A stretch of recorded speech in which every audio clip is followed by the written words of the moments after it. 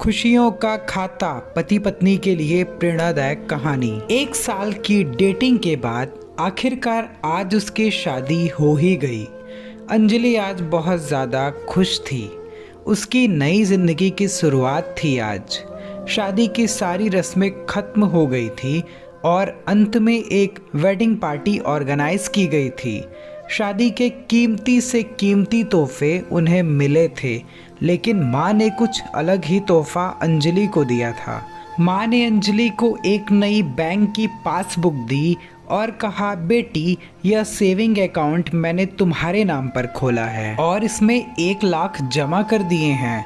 माँ ने आगे कहा, मेरी प्यारी बेटी, इस पासबुक को लो और इसे अपनी शादी की उन खूबसूरत यादों की तरह रखो जो तुम्हें ज़िंदगी भर याद रहेगी।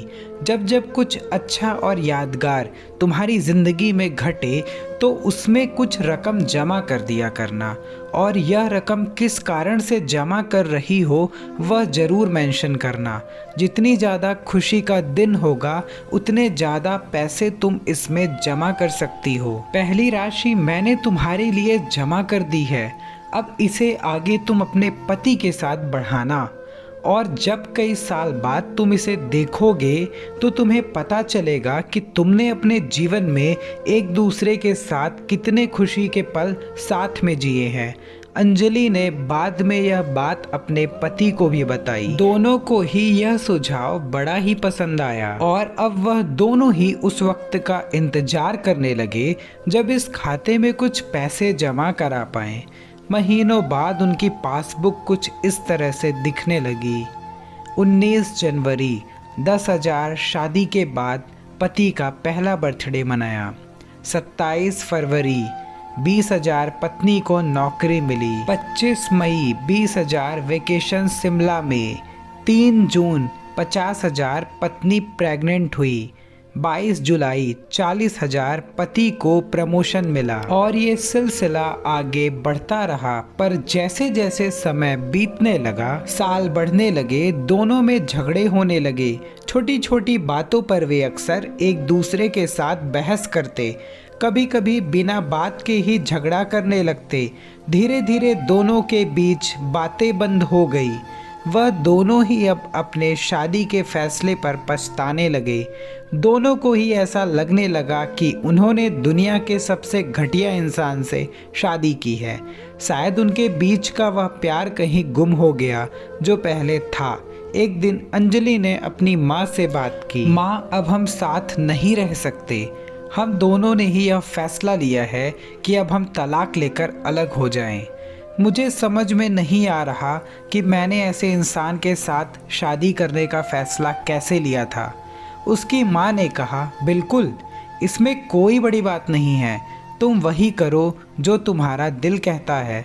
अगर तुम दोनों ही साथ नहीं रहना चाहते तो अलग होने में ही भलाई है। लेकिन उससे पहले एक काम करो, तुम्हें वह पासबुक याद है जो मैंने तुम्हें तुम्हारी शादी के दिन दी थी?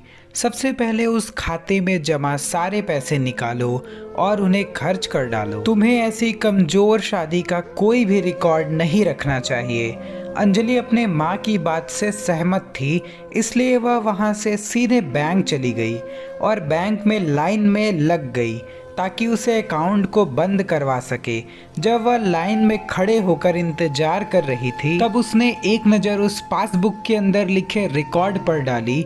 उसने पढ़ा और पढ़ा और पढ़ती गई।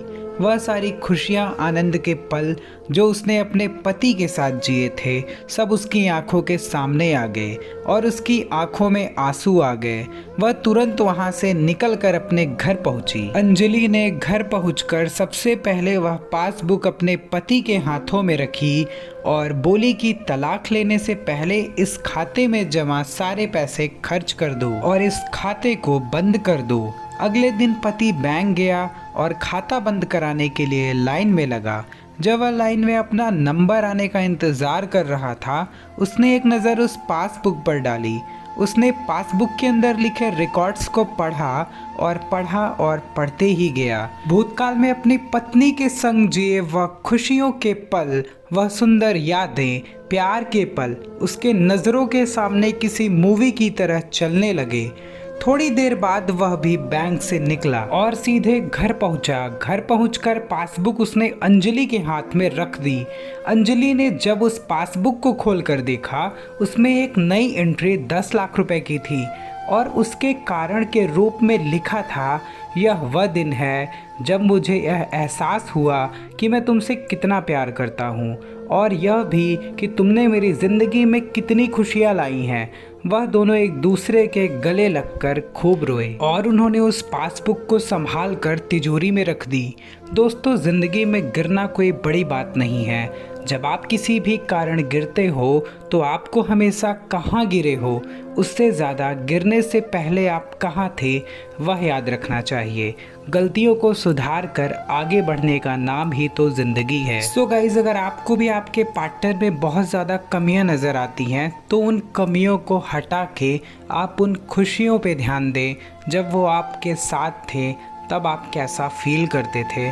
उन पल को याद करें और आपस में जो भी मिसअंडरस्टैंडिंग हो उसको सही करें। वीडियो पसंद आई तो अभी वीडियो को लाइक कर दें और चैनल को सब्सक्राइब जरूर करके बेल आइकन पे प्रेस करके ऑल पे क्लिक कर दें, जिससे हमारी नेक्स्ट वीडियो आप तक पहुंच सके और उससे आप कुछ सीख सके। Thank you so much.